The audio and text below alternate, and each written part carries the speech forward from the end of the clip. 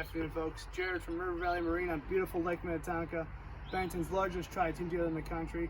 Sit here in 50-degree weather, sunshine, light wind. That ice is going to open up here real soon, so I want to take a minute and go over the 2020 S Fastback Premium Edition tri-team that we have designed for our consumers this year.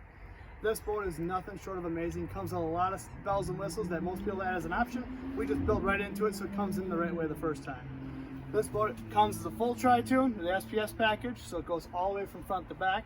We have included the diamond stitch interior, as you can see here. And this is something new for Bennington. They went with the white accent with their new gray interior, which has been a real nice eye-popping color scheme that puts together.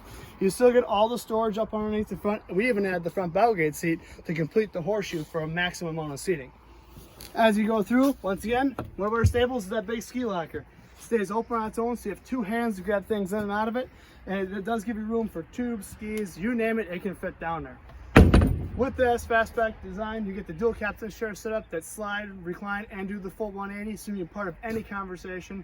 For the driver, we went with a 7.5-inch Garmin GPS unit that literally, folks, can do it all. Maps, charts, GPS, you name it, it does it.